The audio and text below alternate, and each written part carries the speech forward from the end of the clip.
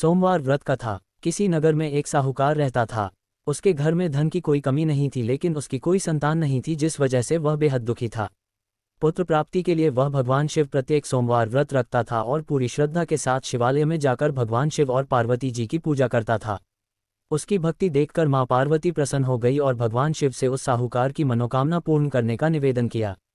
पार्वती जी की इच्छा सुनकर भगवान शिव ने कहा कि हे पार्वती, इस संसार में हर प्राणी को उसके कर्मों के अनुसार फल मिलता है और जिसके भाग्य में जो हो उसे भोगना ही पड़ता है। लेकिन पार्वती जी ने साहूकार की भक्ति का मान रखने के लिए उसकी मनोकामना पूर्ण करने की इच्छा जताई। माता पार्वती के आग्रह पर शिवजी ने साहूकार को पुत्र प्राप्ति का वरदान तो दिया, लेकिन साथ ही यह भी कहा कि उसके बालक की आयु केवल 12 वर्ष होगी। माता पार्वती और भगवान शिव की इस बातचीत को साहूकार सुन रहा था। उसे न तो इस बात की खुशी थी और न ही गम। वह पहले की भांति शिवजी की पूजा करता रहा। कुछ समय उपरांत साहूकार के घर एक पुत्र का जन्म हुआ।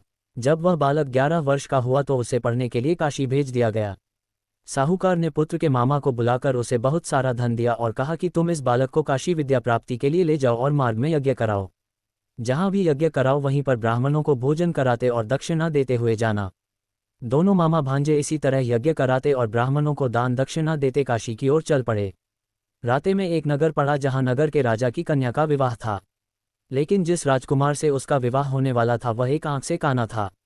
राजकुमार के पिता ने अपने पुत्र के काना होने की बात को छुपाने के लिए एक चाल सोची। साहूकार के पुत्र को देखकर उसके मन में एक विचार आया। उसने सोचा क्यों न इस लड़के को दूल्हा बनाकर राजकुमारी से विवाह करा दूं। विवाह के बाद इसको धन देकर विदा कर दूंगा और राजकुमारी को अपने नगर ले जाऊंगा। लड़के को दूल्हे का वस्त्र पहनाकर राजकुमारी से विवाह कर दिया गया। लेकिन साहूकार का पुत्र एक ईमानदार शख्स था। उसे यह बात न्यायसंगत नहीं लगी। उसने अवसर पाकर राजकुमारी की चुन्नी के पल्ले पर लिखा कि तुम्हारा विवाह मेरे साथ हुआ है, लेकिन जिस राजकुमार के संग तुम्हें भेजा जाएगा वह एक आंख से काना है। मैं तो काशी पढ़ने जा रहा हूँ। जब राजकुमारी ने चुन्नी पर लिखी बातें पढ़ी तो उसने अपने माता पिता को ये बात बताई। राजा ने अपनी पुत्री को विदा नहीं किया, जिससे बारात वापस चली गई। दूसरी ओर साहूकार का लड़का और उसका मामा काशी पहुंचे और वहां जाकर उन्होंने यज्ञ किया। जिस दिन लड़के की आयु 12 साल की हुई उसी दिन यज्ञ रखा गया। लड़के ने अपने मामा से कहा कि मेरी तबीयत कुछ ठीक नहीं है। मामा ने कहा कि तुम अंदर जाकर सो जाओ। शिवजी के वरदानुसार कुछ ही क्षणों में उस बालक के प्राण निकल गए। मृत भांजे को देख उसके मामा ने विलाप शुरू किया। संयोगवश उसी समय शिवजी और माता पार्वती उधर से जा रहे थे। पार्वती ने भगवान से कहा, प्राणनाथ, मुझे इसके रोने के स्वर सहन नहीं हो रहा। आप इस व्यक्ति के कष्ट को अवश्य दूर करें। जब शिवजी मृत बालक के समीप गए तो वह बोले कि यह उसी साहूकार का पुत्र है जिसे मैंने 12 वर्ष की आयु का वरदान दिया। अब इसकी आयु पूरी हो चुकी है। लेकिन मातृभाव से विभोर माता पार्वती ने कहा कि हे महादेव, आप इस बालक को और आयु देने की कृपा करें, अन्यथा इसके वियोग में इसके माता पिता भी तड़प तड़प कर मर जाएंगे। माता पार्वती के आग्रह पर भगवान शिव ने उस लड़के को जीवित होने का वरदान दिया। शिवजी की कृपा से वह लड़का जीवित हो गया। शिक्षा समाप्त करके लड़का मामा के साथ अपने नगर की ओर चल दिए। दोनों चलते हुए उसी नगर में पहुंचे जहां उसका विवाह हुआ था। उस नगर में भी उन्होंने यज्ञ का आयोजन किया। उस लड़के के ससुर ने उसे पहचान लिया और महल में ले जाकर उसकी आवभगत की और अपनी पुत्री को विदा किया। इधर भूखे प्यासे रहकर साहूकार और उसकी पत्नी बेटे की प्रतीक्षा कर रहे थे। उन्होंने प्रण कर रखा था कि यदि उन्हें अपने बेटे की मृत्यु का समाचार मिला तो वह भी प्राण त्याग देंगे, परंतु अपने बेटे के जीवित होने का समाचार पाकर वह बेहद प्रसन्न हुए। उसी रात भगवान शिव ने व्यापारी के स्वप्न में आकर कहा, हे श्रेष्ठी, मैंने तेरे सोमवार के व्रत करने और व्रत कथा सुनने से प्रसन्न होकर तेरे पुत्र को लंबी आयु प्रदान की है। जो कोई सोमवार व्रत करता है या कथा सुनता और पढ़ता है उसके सभी दुख दूर होते हैं और समस्त मनोकामनाएं पूर्ण होती हैं। सोमवार व्रत पूजा विधि। गाय के शुद्ध कच्चे दूध को शिवलिंग पर अर्पित करना चाहिए। ये करने से मनुष्य के तन मन धन से जुड़ी सारी परेशानियां खत्म हो जाती है। इसके बाद शिवलिंग पर शहद या गन्ने का रस चढ़ाए। फिर कपूर, इत्र, पुष्प, धतूरे और भस्म से शिवजी का अभिषेक कर शिव आरती करना करें। अपनी मनोकामना पूर्ति के लिए हृदय से प्रार्थना करना चाहिए। इस व्रत में सफ़ेद रंग का खास महत्व होता है।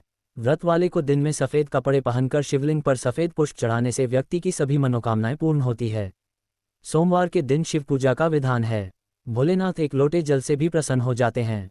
सोमवार के दिन भगवान शिव की पूजा करने से व्यक्ति की हर मनोकामना की पूर्ति होती है। यदि भोलेनाथ की पूजा शिव मंत्र के साथ की जाए तो भाग्योदय के साथ रोजगार, उन्नति व मनचाहे जीवन साथी पाने की मनोकामना शीघ्र पूर्ण होती है। शिवलिंग पर जलाभिषेक के बाद गाय का दूध अर्पित करें। इससे तन, मन और धन संबंधी हर समस्या दूर होती है। शिवलिंग पर शहद की धारा अर्पित करें। इससे आजीविका, नौकरी व व्यवसाय से संबंधित सभी परेशानियों से छुटकारा मिलता है। लाल चंदन लगाएं व श्रृंगार करें। माना जाता है कि शिवलिंग पर चंदन लगाने से जीवन में सुख शांति आती है। इन उपायों के बाद यथाशक्ति गंध, अक्षत, फूल, नैवेद्य अर्पित कर शिव आरती करें। साथ ही शिव जी को अर्पित किए गए दूध, शहद को चरणामृत के रूप में ग्रहण करें और चंदन लगाकर मनोकामना पूर्ति हेतु भोलेनाथ से प्रार्थना करें। सोमवार व्रत उद्यापन विधि। सुबह उठकर नित्य कर्म से निवृत्त हो स्नान करें। स्नान के बाद हो सके तो सफ़ेद वस्त्र धारण करें। पूजा स्थल को गंगा जल से जरूर शुद्ध करें। पूजा स्थल पर केले के 4 खंभे के द्वारा चौकोर मंडप बना लें। चारों ओर से फूल और बंधनवार आम के पत्तों का से सजाएं। पूर्व की ओर मुख करके आसन पर बैठ जाएं और साथ में पूजा सामग्री भी रख लें। आटे या हल्दी की रंगोली डालें और उसके ऊपर चौकी या लकड़ी के पटरे को मंडप के बीच में रखें। इसके बाद चौकी पर साफ और कोरा सफ़ेद वस्त्र बिछाएं। उस पर शिव पार्वती जी की प्रतिमा या फिर फोटो को स्थापित करें। चौकी पर किसी पात्र में रखकर चंद्रमा को भी स्थापित करें। सबसे पहले अपने आप को शुद्ध करने के लिए पवित्रीकरण जरूर करें।